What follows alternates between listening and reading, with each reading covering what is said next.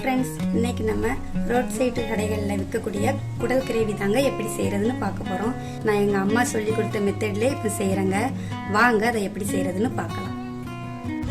First குடல் gravy செய்கிறதுக்கு நான் 1.5 கிலோ குடலை கடையிலே கட் பண்ணி வாங்கிட்டு வந்திருக்கேன். இப்போ இது ஒரு 4 நேரம் கழுவி எடுத்துக்குவோம்.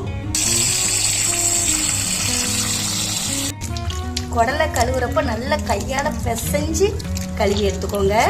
நல்லா பிசைஞ்சு கழுவுறப்ப தாங்க அதில் ஒட்டி இருக்கிற வேஸ்ட் எல்லாம் நல்லா வெளியில் வரும். அதனால் நல்லா அழுத்தி பிசைஞ்சிக்கோங்க.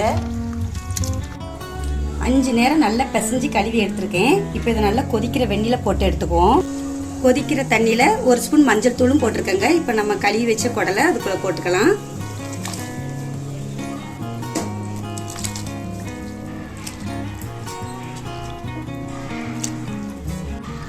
இப்போ இது நல்லா மிக்ஸ் பண்ணி விட்டுக்குவோம். நல்லா கறி மூழ்கிற அளவுக்கு வெந்நி வச்சுக்கோங்க. இது ஒரு கொதி வரட்டும், அதுக்கப்புறம் எடுத்துக்கலாம். பாருங்க, நல்லா கொதிக்குது வெந்நி. இப்போ இதை எடுத்துக்கலாம்.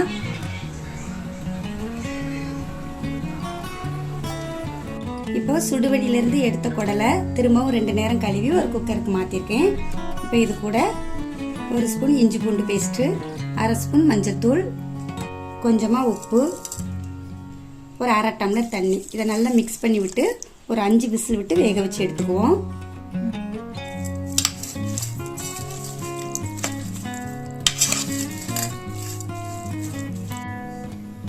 ஃபஸ்ட்டு குடல் கிரேவி செய்கிறதுக்கு தேவையான பொருட்கள்லாம் வறுத்து எடுத்துக்கலாம். ஒரு பிரிஞ்சி இலை, 2 துண்டு பட்டை, 4 கிராம்பு, ஒரு 7-8 முந்திரி, 1 ஸ்பூன் மிளகு, 1 ஸ்பூன் சீரகம், 1 ஸ்பூன் சோம்பு, 1 ஸ்பூன் கசகசா இருந்தால் போடுங்க, இல்லைன்னா பரவாயில்ல. ஸ்டவ் ஆன் பண்ணி ஒரு கடாய் வச்சுருக்கேன். இது ஒரு 2 ஸ்பூன் எண்ணெய் சேர்த்துக்கலாம். எண்ணெய் நல்லாவே சூடாயிடுச்சு. இப்போ நம்ம எடுத்து வச்ச பொருளெல்லாம் இதில் போட்டு வறுத்து எடுத்துக்குவோம்.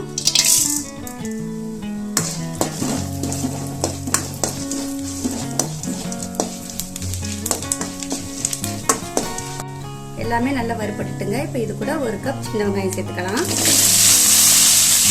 இதையும் கொஞ்சம் வதக்கிக்குவோம்.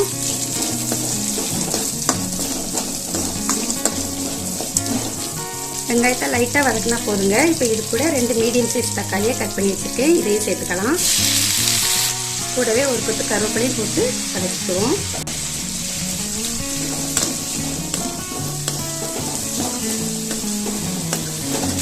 வெங்காயம் தக்காளி நல்லா வதங்கிட்டுங்க. இப்போ இது கூட ஒரு 1/2 கிலோவுக்கும் கம்மியான தேங்காவை கட் பண்ணி வச்சுருக்கேன். அதையும் சேர்த்துக்கலாம். இதையும் மிக்ஸ் பண்ணி நல்லா வதக்கிக்குவோம். ரொம்ப நேரம் போட்டு வதக்க வேண்டியது இல்லைங்க, ஏன்னா இது எல்லாத்தையும் நம்ம அரைக்க தான் போகிறோம். இப்போ எல்லாமே நல்லா வதங்கிட்டுங்க. இப்போ இதை ஸ்டவ் ஆஃப் பண்ணிவிட்டு ஆற விட்டு ஒரு மிக்ஸி ஜாருக்கு மாற்றி அரைச்சி எடுத்துக்குவோம். இப்போ கிரேவி செய்கிறதுக்கு ஸ்டவ் ஆன் பண்ணி ஒரு கடாயை வச்சுருக்கேன். இது ஒரு 2 ஸ்பூன் எண்ணெய் சேர்த்துக்கலாம். எண்ணெய் நல்லாவே சூடாயிடுச்சு. இப்போ இதில் ஒரு பெரிய சைஸ் வெங்காயத்தை நல்லா பொடிசாக கட் பண்ணி வச்சுருக்கேன். இதை சேர்த்துக்குவோம். இப்போ இது நல்லா செவந்து வர்றது வரைக்கும் வதக்கிக்குவோம். கூடவே 2 பச்சை மிளகாவும் சேர்த்து வதக்கிக்குவோம்.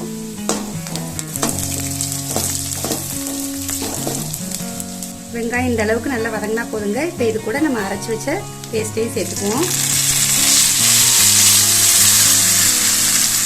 இப்போ இது கூடவே 1 ஸ்பூன் மிளகாய்த்தூள், 2 ஸ்பூன் மல்லித்தூள் நல்லா ஃபுல்லாக எடுத்துக்காங்க, ஒரு 1/4 ஸ்பூன் கரம் மசாலா, இதை நல்லா மிக்ஸ் பண்ணி விட்டுக்குவோம்.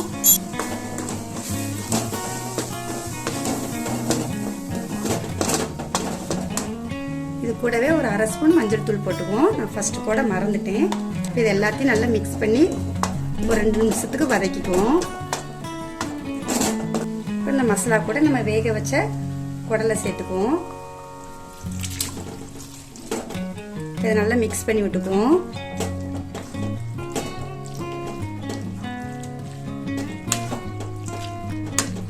இந்த கிரேவிக்கு தேவையா கொஞ்சமாக தண்ணி சேர்த்துக்கலாம். நான் மிக்ஸி ஜார்ல இருந்தே ஊற்றுறேங்க.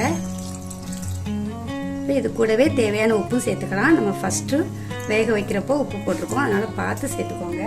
இப்போ எல்லாத்தையும் நல்லா மிக்ஸ் பண்ணி விட்டுக்குவோம்.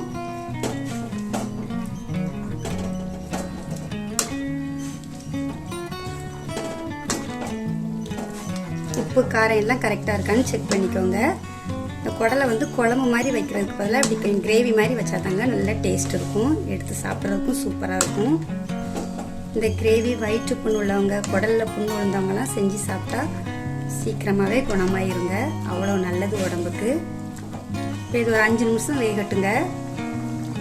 அவ்வளோதாங்க, 5 நிமிஷம் ஆகுது. குடல் நல்லாவே வெந்து வந்திருக்குது. இப்போ லாஸ்ட்டில் மல்லி இலை போட்டு ஸ்டவ் ஆஃப் பண்ணிடலாம்.